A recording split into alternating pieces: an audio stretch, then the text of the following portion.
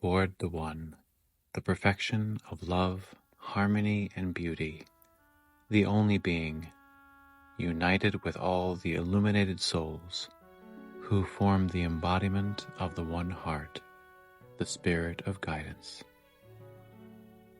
Volume 6, The Alchemy of Happiness, The Purpose of Life. Every living being has a purpose in life, and it is the knowing of that purpose which enables every soul to fulfill it. As it is said in the Gaian, "Blessed is he who knoweth his life's purpose." Be not surprised if you find many groping in darkness all through life, doing one thing or another, going from one thing to the other, always dissatisfied, always discontented, and everything they undertake remains without result. The reason is the absence of that knowledge, the knowledge of the purpose of life. Individuals apart, every object has its purpose. The mission of science is to discover the purpose in objects, and it is for this that science has come into being. Be it medical science or philosophy, all of the various aspects of science are the result of the desire to discover the purpose of things. But the aim of mysticism is to find the purpose in the lives of human beings, the purpose in one's own life, and the purpose in the lives of others. So long as a man has not found this purpose, though he may have success or failure, though he may seem to be happy or unhappy, in reality he does not live, for life begins from the moment a person finds the purpose of his life.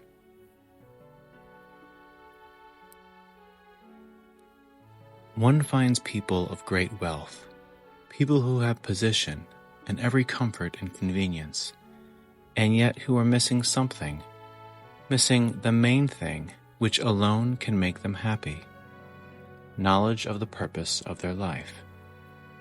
This is the very thing they miss. And yet, at the same time, mankind is ignorant of this.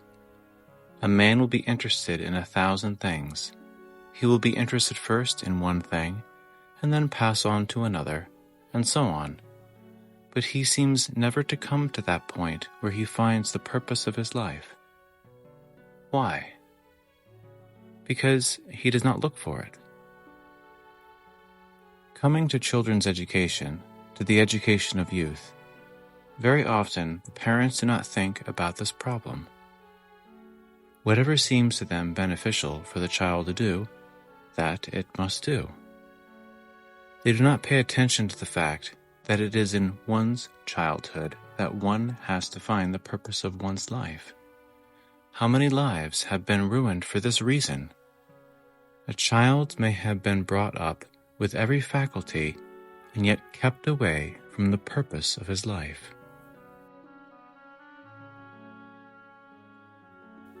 However unhappy a man may be, the moment he knows the purpose of his life, a switch is turned and the light is on.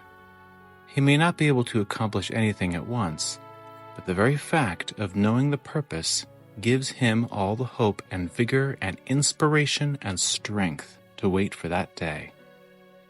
If he has to strive after that purpose all his life, he does not mind so long as he knows what the purpose is. 10 such persons have much greater power than 1,000 people working from morning till evening not knowing the purpose of their life. Besides, what we call wrong or right, good or bad, differs according to the purpose of life. The more one studies life, the more one realizes that it is not the action but the purpose that makes things right or wrong, good or bad.